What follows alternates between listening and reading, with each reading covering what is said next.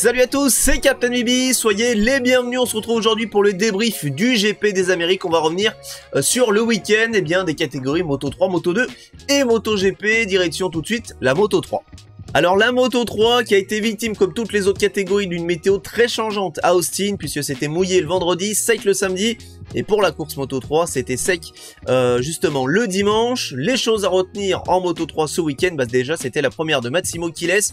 On en a beaucoup entendu parler sur Canal+, mais à juste raison puisqu'il se hissait déjà en deuxième position lors des essais, donc qualifié directement en Q2. Il a réitéré, on va dire, son exploit en se qualifiant deuxième sur la grille de départ. Il a fallu un très bon David Munoz pour lui priver de la pole position. Parce que, voilà, quelques secondes près, Chiles était en pole provisoire. Et il a tenu clairement une nouvelle fois son rang en course puisqu'il va chercher une P5 avec une très belle bataille face à Álvaro Carpe et surtout à André Piqueras. Il dépassait, il se faisait repasser, il repassait. D'ailleurs, ces trois pilotes ont perdu pas mal de temps, on va dire, à cause de Massimo Chiles, mais l'Espagnol n'a rien lâché pour aller chercher une P5 et c'est très encourageant pour la suite de cette saison Moto 3 parce qu'il est clairement au niveau. À noter également la belle perf de Joel Kelso après son abandon en Thaïlande et sa 8ème place en Argentine. Le pilote monte sur le podium avec une stratégie pneumatique un petit peu différente. Il était en médium arrière au lieu du soft, on va dire un petit peu comme tout le monde. Et donc Kelso réalise son meilleur week-end du début de saison et c'est plutôt encourageant pour le pilote. Je vous en ai parlé un tout petit peu avant. David Munoz qui avait hissé sa moto en pole position. On sait que c'est un pilote assez fougueux, très imprévisible, un peu trop on va dire sur l'attaque. Et une nouvelle fois David Munoz qui déçoit. Il chute à 8 tours de l'arrivée et c'était j'ai envie de dire que c'était prévisible, malheureusement. Mais comme trop souvent, David Munoz n'arrive pas, on va dire, à gérer correctement sa course. Et ça lui coûte énormément de points. On finit la Moto 3 avec José Antonio Rueda qui est allé s'imposer en solitaire, qualifié 4ème. Il a réussi à se débarrasser un petit peu de ses concurrents en course. Il a géré son avantage. Il finit avec plus de 2 secondes d'avance. Donc voilà. C'est pas une première sur Austin qu'un pilote Moto 3 parte en solitaire, mais voilà, Rueda très solide en ce début de saison puisque c'est lui qui domine le classement Moto 3 avec 66 points. On retrouve André Piqueras 42 points au classement, Adrián Fernandez à égalité avec Matteo Bertelli à la 3ème position avec 40 points et Álvaro Carpe qui est 5ème du classement avec 30 points au total. On passe maintenant à la catégorie Moto 2 avec également là les changements climatiques qui ont peut-être le plus d'impact sur cette catégorie Moto 2 ce week-end. Mais avant ça, on va parler de Jack Dixon qui a dompté Mère Nature et tous ses autres concurrents puisqu'il a absolument laissé aucune miette. Leader dans toutes les séances d'essai, pole position, victoire avec 4 secondes d'avance. Il a clairement dominé ce week-end Jack Dixon, donc juste un grand bravo d'ailleurs au leader du classement Moto 2. Je voulais revenir sur le week-end difficile de Celestino Vietti qui a fait plutôt un bon début de saison, 4ème, 5ème lors des premières séances d'essai. Qualification très difficile. Alors je les ai suivis à moitié, je suis franc avec vous pour les qualifs, mais il se qualifie 18ème Vietti. Donc qu'est-ce qu'il y a eu un problème technique? Je peux pas vous dire, donc je vais pas vous dire de bêtises. Mais en course, il a fait un petit peu le show, mais pas de la manière dont on l'attendait, forçait trop pour remonter. Et au final, 2 chutes sur 2 virages d'affilée. J'avais rarement vu ça en Moto 2, puisque chute au virage 12, donc ça c'est la grosse épingle après la ligne droite de retour. Donc il chute sur ce virage 12, il remonte assez vite sur sa moto, il repart et chute au virage 13, il perd l'avant une nouvelle fois. C'était quand même un petit peu assez marrant parce que le pilote s'est pas blessé, etc. Mais voilà, c'était assez rare de voir un pilote chuter dans 2 virages d'affilée après s'être relevé et il va se relever une seconde fois puisqu'il va terminer 20ème et être classé dans cette course Moto 2. Je voulais noter quand même un petit peu. Il y a l'air d'avoir du mieux du côté de David Alonso sur le sec, puisque assez en retrait sur le mouillé, mais sur le sec, David Alonso ça a l'air d'être un petit peu mieux, donc à voir avec le retour en Europe, etc. Des pistes un petit peu plus connues, ça peut peut-être vraiment réussir à la pépite espagnole. Je voulais revenir également sur le podium, et ça fait plaisir, de Tony Arbolino et de Alonso Lopez, 2 des favoris de cette saison, qui font leur premier podium, puisqu'ils n'étaient absents du podium en Thaïlande et en Argentine. Donc ça fait vraiment du bien de revoir les favoris, on va dire, sur le haut du classement. Ils n'ont rien pu faire face à Jake Dixon, mais ils ont pris des gros points au classement. Je voulais revenir également sur ce facteur météo en Moto 2 qui a été très important, puisque certains pilotes, avec l'averse juste avant le début de la course, ont pris le pari de partir en pneus slick en pensant que ça allait sécher rapidement et pouvoir ensuite rattraper leur retard et en profiter. Et malheureusement, eh ben, il y a eu plusieurs pilotes victimes de cette stratégie osée, dont Manuel Gonzalez, qui était pas son premier coup d'essai, on va dire, mais malheureusement, bah, ça n'a pas été du tout payant. Ils avaient déjà plus de 45 secondes de retard après 2 tours, donc même si pour les leaders, il fallait passer au stand pour changer de pneus, ça n'aurait pas été suffisant, mais il fallait quand même oser avoir autant d'audace sur la grille de départ. Pour le classement Moto 2, pour en terminer, bah, Jake Dixon, seul leader, 59 points, 46 points pour Aaron Canet, 45 pour Manuel Gonzalez, donc c'est très serré pour la deuxième position. Alonso Lopez qui est 4ème avec 30 points, et enfin Arbolino qui est 5ème avec 28 points. On passe maintenant à la catégorie MotoGP. On va commencer par nos deux Frenchies, à commencer par Fabio Quartararo. Week-end en dents de scie, on va dire, pour Fabio Quartararo, avec pas mal d'émotions, puisqu'il a dû passer par la Q1, il s'est qualifié pour la Q2 en terminant deuxième de la Q1. Il a ensuite terminé malheureusement 11e, avant-dernier de cette deuxième séance de qualification, mais ça ne l'a pas empêché de faire un super départ. En course sprint, il s'est retrouvé avec les leaders, 4ème derrière Marc Marquez, Alex Marquez, Pecco Bagnaia. Il a fait un super début de course sprint avant de devoir un petit peu perdre des positions. Il y a les deux VR46 qui l'ont doublé, Morbidelli et Di Gianantonio, mais il a su conserver cette 6ème position et prendre les points qui vont avec. Donc Fabio nous a régalé quand même en sprint. Côté course principale, là on peut faire un peu le parallèle avec Isaac Adjar en Formule 1. Fabio s'en est mis une sur le tour de sortie pour rallier sa position de la grille de départ. Malheureusement, alors c'était pas la même, Adjar c'était sur le tour de formation, Fabio sur le tour de sortie, mais bon, là ça fait 2 Français au tapis avant même que la course commence. Faut pas que ça devienne une habitude, messieurs, mais bon. Donc, même Fabio ne sait pas pourquoi il est tombé sur son tour de sortie. Donc Fabio qui avait fait le pari des pneus soft en course principale. Après, vous le savez, il y a eu toute cette histoire de drapeau, j'en y reviendra juste après. Concernant donc la course de Fabio, un départ moins évident, mais quand même positif pour Fabio. Il va se retrouver en bataille avec les KTM officiels, avec Aldeguer, avec les Honda officiels. Il va se faire passer également par Zarco, mais au final, Quartararo va rester sur ses roues, sachant que comme il est tombé sur son tour de sortie, ils ont pu rentrer dans les stands. Du coup ils vont prendre la deuxième moto de Quartararo, qu'ils n'avaient pratiquement pas testé du week-end, puisque c'était le châssis de la Thaïlande lors des, je crois, des essais, je ne veux pas dire de bêtises, bras oscillants différents, enfin voilà, très peu de données sur la machine. Donc ils sont partis un petit peu dans l'inconnu avec cette machine du côté de Fabio Quartararo, qui a été également victime d'un bug électronique qui lui indiquait qu'il n'allait pas avoir assez de carburant pour terminer la course. Donc je pense qu'il était un petit peu sur la retenue, sur la consommation d'essence. Au final, à la fin, il a dit bon bah, perdu pour perdu, on pousse à fond et puis on verra bien si ça rallie l'arrivée. Et au final, ça a quand même rallié l'arrivée, puisqu'il va terminer à une bonne P10. À noter quand même que sans toutes les chutes et sans tous les abandons, il aurait été hors des points malheureusement, mais on va quand même garder la P10 et les points qui vont bien sûr avec pour Fabio Quartararo. Pour Johan Zarco, week-end également difficile. On retiendra plutôt les 2 premiers week-ends et pas celui-ci, puisque P15 en qualification, il n'a pas réussi à sortir de la Q1. Et c'était plutôt difficile en sprint, puisque selon ses propos, la moto était un petit peu comme bloquée, il n'arrivait pas à exploiter tout ce qu'il avait pu mettre en place depuis le début de saison, sachant qu'il avait également un pneu arrière médium et non pas soft comme on va dire la majorité de la grille.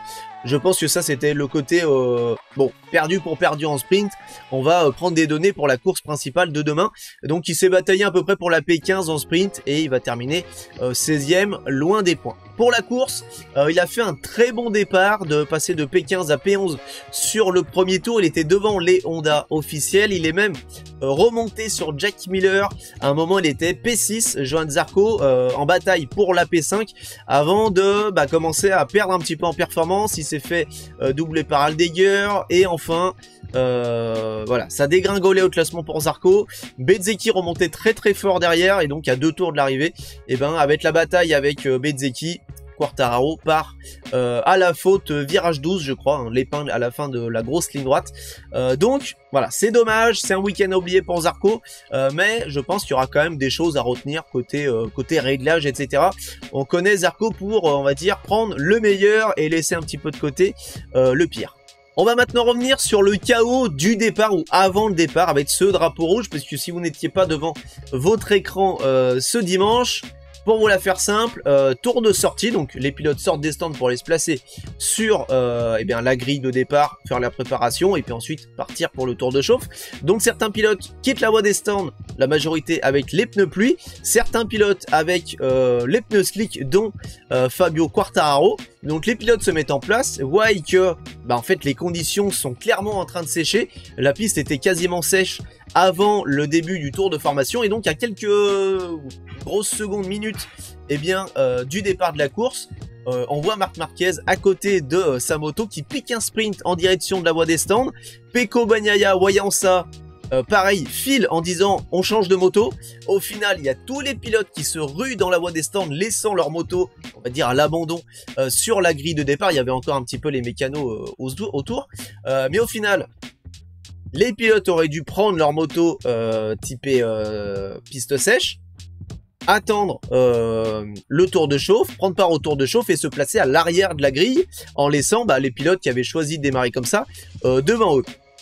Coup de tonnerre, la Dorna qui décide de mettre un drapeau rouge puisque c'était quand même la cohue sur la grille de départ. C'est normal, tous les pilotes avaient laissé leur machine. Je veux bien que les techniciens soient efficaces, mais de là à dire on lance le tour de chauffe, le temps que les machines s'enlèvent, etc. Au final, drapeau rouge. Et aucune sanction, tous les pilotes ont pu reprendre leur place sur la grille de départ et c'est là que moi personnellement je n'adhère pas à ce procédé puisque ok il y a un drapeau rouge, donc entre guillemets il y a nouveau départ et donc conservation des positions, mais pour moi comme il y avait eu en Argentine où on avait eu Jack Miller qui était leader et tous les autres pilotes derrière à plusieurs positions derrière, et ben ils auraient dû faire pareil, c'est-à-dire laisser les pilotes qui avaient choisi le pneu slick au départ sur leur position et mettre, je ne sais pas, par exemple 10, 20 places de pénalité à tous les pilotes qui avaient abandonné leur machine sur la grille de départ, parce que là, au final, certains pilotes avaient pris un pari osé et payant de partir en pneu slick, et au final, les autres qui avaient joué la sécurité en disant c'est un petit peu mouillé, on va prendre les pneus mouillés, et au final on peut changer de machine, prendre les bons pneumatiques sans aucune pénalité. Donc au final maintenant en fait il y a juste à dire on joue la sécu, on prend les pneus humides, et si on voit que ça sèche à la dernière seconde, on saute de la moto, on va dans les stands et puis de toute façon ça sera drapeau rouge. Donc pour moi j'ai rien contre le drapeau rouge, j'ai rien contre le fait que les pilotes changent d'avis au dernier moment, mais pour moi ils auraient dû être soit pénalisés en partant de la voie des stands, mais il y aurait eu beaucoup de pilotes en partant de la voie des stands, donc potentiellement pour la sécurité c'était pas ouf, mais il y avait au moins 200 places de signalés sur la grille de départ, ils auraient pu leur mettre peut-être voilà une vingtaine de places de pénalité sur la grille de départ. En tout cas moi c'est mon avis, j'attends votre avis sur ce fait de course ou ce fait d'avant-course dans les commentaires. Pour revenir un petit peu également sur les faits de course qui ont permis notamment à Fabio Quartararo de terminer 10e, on notera donc la chute malheureuse de Johann Zarco, de Fermín Aldeguer, de Joan Mir. Ça commence à être une bonne habitude, de Pedro Acosta. Les deux commencent, Mir et Acosta commencent très très bien leur championnat avec le nombre de chutes. On a également la chute emblématique, Marc Marquez qui a chuté sur son Grand Prix. Il était leader de la course, plus de 2 secondes d'avance je crois, sur Pecco Bagnaia qui était deuxième à ce moment-là. Et donc Marc Marquez qui chute pratiquement là où Fabio Quartararo a chuté sur son tour de sortie, peut-être un vibreur un petit peu mouillé. Personnellement, je vois pas pourquoi il est tombé, mais pour en avoir discuté un petit peu en live, puisque je live pendant les Grands Prix que je diffuse également sur Discord, Marc Marquez donc voilà, aurait pris un vibreur un petit peu trop mouillé, et au final, il aurait pu se contenter de gérer sa course. Et au final, non, il était peut-être encore un petit peu à l'attaque pour Marc Marquez, qui chute malheureusement dans son Grand Prix et qui voit son rival Pecco Bagnaia s'imposer. problème technique également pour Brad Binder plutôt sur la fin de course. Donc tout ça a quand même permis à Fabio Quartararo de faire un top 10 et c'est ce qu'on retiendra avec toutes ces chutes et ces problèmes techniques ici à Austin. J'en parlais donc juste avant, le malheur des uns fait le bonheur des autres et cette fois-ci c'est pour Pecco Bagnaia. Bizarrement, je n'ai pas vu beaucoup d'officiels Ducati au parc fermé, à part Dominique Ali, mais on n'a pas vu Tardozzi, on n'a pas vu Gigi Dall'Igna. Bon, où est-ce qu'ils étaient, je ne sais pas. Mais bizarrement, ils n'étaient pas là pour accueillir Pecco Bagnaia en héros dans le parc fermé. Je dis ça, je dis rien, parenthèse fermée. Donc, Pecco Bagnaia, grand vainqueur de ce week-end, il était à l'attaque sur le début de course pour aller prendre Alex Marquez, pour aller prendre la deuxième place à Alex Marquez. Au final, il n'a pas pris la deuxième, il a pris la première avec cette chute de Marc Marquez. Alex Marquez, éternel deuxième, mais premier au classement général, puisque 87 points pour Alex, 86 pour Marc Marquez et 75, donc une grosse dizaine de points de retard pour Pecco Bagnaia. Au passage, Zarco 7ème avec 25 points et Quarta 13ème avec 16 points. Donc, Alex Marquez, vraiment régulier depuis le début de saison, 3 fois deuxième, leader du classement, donc un Marquez peut en cacher un autre, peut en remplacer un autre, en tout cas, beau podium également de Di Gianantonio qui était épuisé à la fin du GP, on l'a vu, il avait limite du mal à faire les interviews d'après-course, donc un week-end vraiment exigeant sur le côté du physique. On termine également avec 3 petites choses à retenir, c'est Jack Miller qui a fait un super GP, qui termine 5ème, premier pilote non Ducati, il venait de se faire passer par Brad Binder avant que celui-ci n'ait son problème technique, donc il va récupérer sa P5 sur le drapeau à damier, donc vraiment Jack Miller, un grand bravo, parce que d'habitude il fait des bons départs et puis il détruit ses pneus et il finit top 10 voire pire, et là il a clairement tenu la distance. Est-ce que c'est la Yamaha qui use un petit peu moins le pneu arrière? On ne sait pas. Est-ce que Fabio Quartararo aurait dû avoir le même châssis que Jack Miller sur sa moto qu'il a détruit avec sa chute lors du premier tour? Ça on ne le sait pas. Randy Depugnet voulait le demander, mais Fabio est parti un petit peu plus tôt de l'interview, donc ça c'est une chose en suspens et ça peut potentiellement nous laisser de l'espoir pour Fabio Quartararo si Jack Miller avait possiblement un châssis différent et qui a bien marché ici à Austin. Deuxième chose à retenir, la P8 de Luca Marini que je vais associer avec le rythme en course où on avait Marini et Mir vraiment au coude à coude, Johann Zarco un petit peu devant les deux pilotes officiels, donc sans leur chute de Mir et Zarco, on avait potentiellement 3 Honda dans le top 10, donc ça confirme quand même le bon retour en forme de Honda.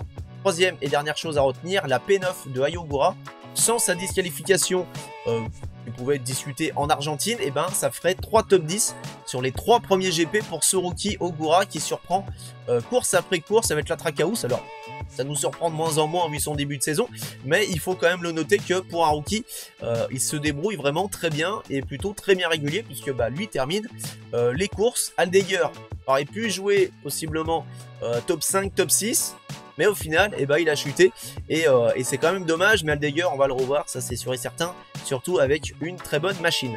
Je vous laisse avec ça, n'hésitez pas à me faire vos retours dans les commentaires. J'avoue que j'ai pas suivi l'entièreté de toutes les séances ce week-end, donc j'ai peut-être dit des petites bêtises, donc n'hésitez pas à me corriger dans les commentaires. Vous pouvez bien sûr lâcher un like, vous abonner à la chaîne pour ne pas manquer les prochains débriefs et les prochaines vidéos sur la chaîne. Moi je vous dis à très vite dans 2 semaines pour le Grand Prix du Qatar. D'ici là, portez-vous tous très bien et salut.